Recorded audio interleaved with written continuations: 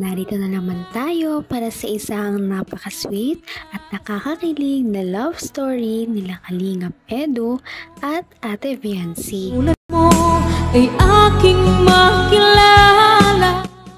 Sa pagpapatuloy ng ating love story ay matutunghayan natin ang pagpapabrace ni Viancy.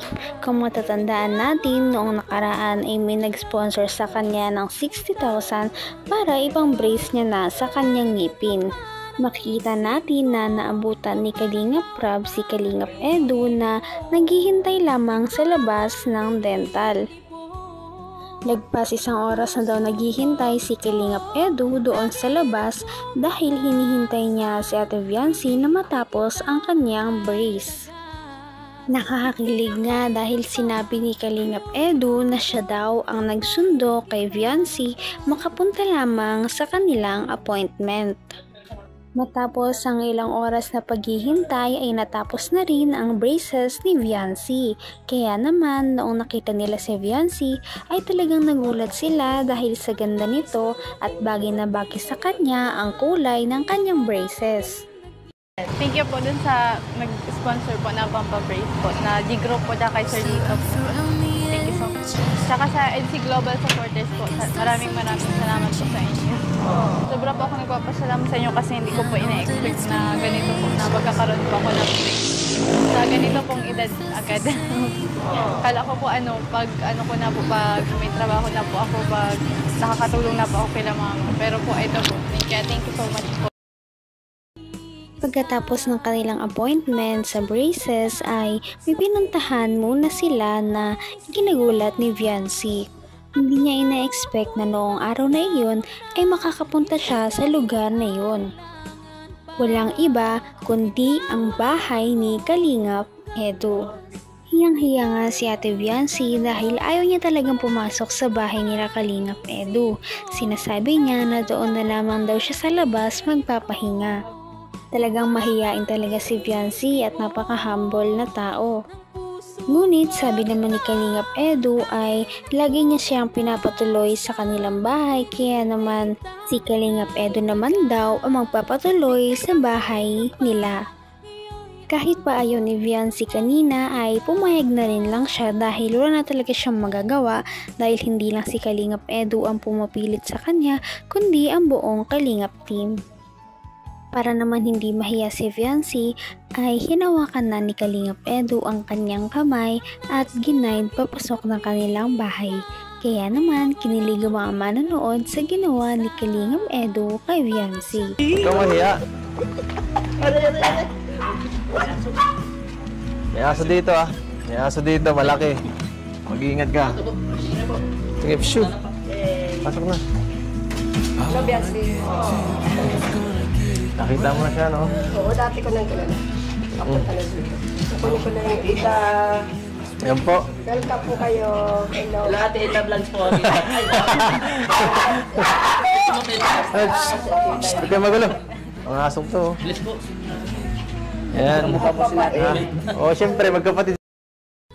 Makikita natin kung gaano talaga kagalang si Viancy pagdating sa ibang tao dahil pagpasok niya pa lamang ay nag-bless na agad siya sa mama ni Kalingap Edu na nag-welcome sa kanila papasok sa bahay. Kaya naman dito natin masasabi na si Viancy ay talagang napakagalang at marespetong dalaga. Kaya naman hindi na nila ito pinatagal at pinapasok na si Viancy sa bahay nila Kalingap Edu. Ito nga ang first time na makakapunta si Viancy sa bahay nila Kalingap. Kaya naman makikita natin na talagang nahihiya pa siya at di niya alam ang gagawin. Sabihin mo ang gusto mo. Kahit ano. Okay lang po, dito lang po. Kahit ako. Joke lang. Saging. Ngatain mo lang sa gilid. Sige po. Baka di ka pa marunong yan. Marunong po. Marunong po ako magbalat. Baliktad! Saka nakakita yung saging ganyang pagbalat. Tama po. Ibang klase ka magbalat ng saging, baliktad. Okay ka lang? Ano, gusto mo lugaw? Papagawa ko kay mama. Ay, naku, hindi po. Hindi na po. Hindi siya. Nahihirapan ka eh. Ay, hindi, okay lang. Ma! Nagluto ka ng lugaw. Pambira. Pambira, hindi po.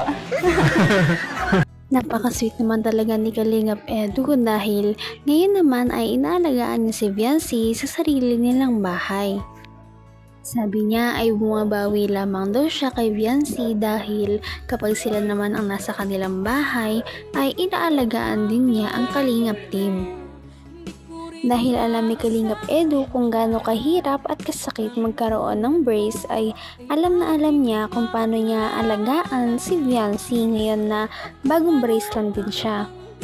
Maya-maya naman ay nangyari na ang pinakahihintay ng lahat dahil pinakilala na ni Kalingap Edu si Viancy sa kanyang mama. Mungga, saging o pakwan? O lahat? Wala po. Ha? Wala? Bakit wala? Ano favorite mo bukas? Yan, steak. Ano favorite mo bukas? Ano yung blend? Pinoon po. Fredo, Ha? sa akin po apple. Anong apple? Ito po, Wala namang sakit ang ngipin mo. Oo. meron din po eh. Okay lang yan. Nahirapan po ako lumunok eh. Wala ko. Opo. Para kay Viancy ito at di siya makakain. Ay, para kay ate. So sweet naman. Sweet naman Kuya Ido ko. Yan. Diba siya? Hati na lang tayo. Ay, So yan. ikaw ang pag-ibig na binigay. Sige, para sa'yo lang yan. Tayo ito. Ha?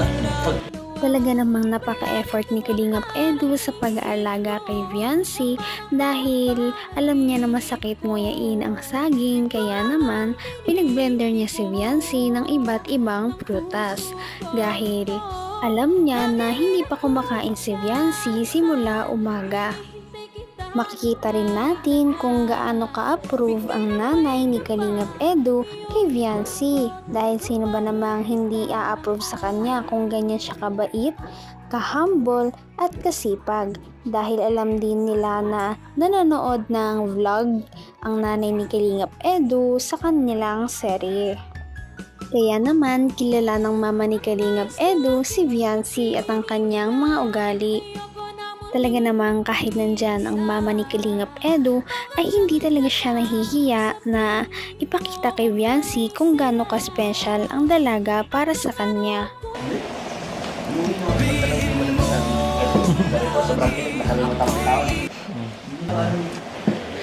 Gusto ko nga. Gusto ko nga palaging ganyan. Kung ganyan ang abala, edi okay lang kahit araw-araw. Gusto mo pahinga ka muna? Makapagod ka pa. Grabe talaga ang pagpaparamdam ni Kalingap Edu kung gaano kahalaga si Viancy para sa kanya. At nakakatuwa din tingnan na si Viancy ay parang nag-open up na rin para kay Kalingap Edu. Ngunit maya-maya ay nagulat na lang ang Kalingap team dahil nung tapos na silang kumain ay bigla na lamang naghugas si Viancy ng plato. Kaya naman agad-agad siyang pinigilan ng mama ni Kalingap Edu dahil mapapagod lamang siya. Ngunit dito natin makikita kung gaano talaga kagalang si Viancy kapag nasa ibang bahay siya. Meron talaga siyang manners kahit saan siya magpunta. Kaya naman humahanga talaga ang viewers at kanyang mga supporters. Maghugas na sa plato. Nagugas ka plato. Hindi. Mangilaw ka ng kamay mo. Sige. Hindi. Ed, si Beyonce, mahugas daw ng plato. Hindi. Bawal. Ang masasabi ko sa kanya? Ayaw, bait. Okay. Pasado, no? Pasado.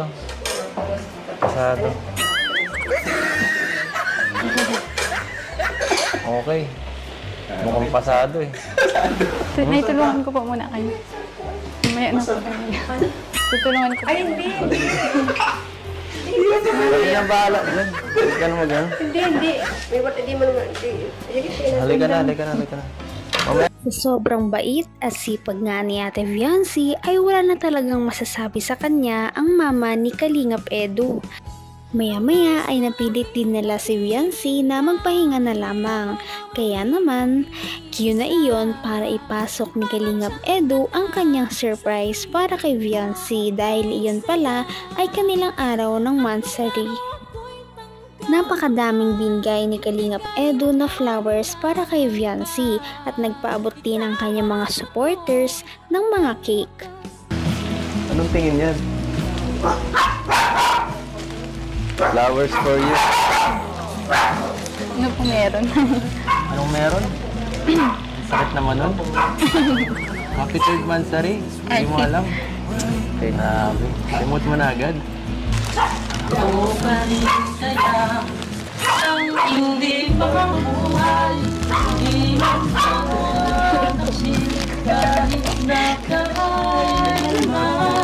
Sasabihin?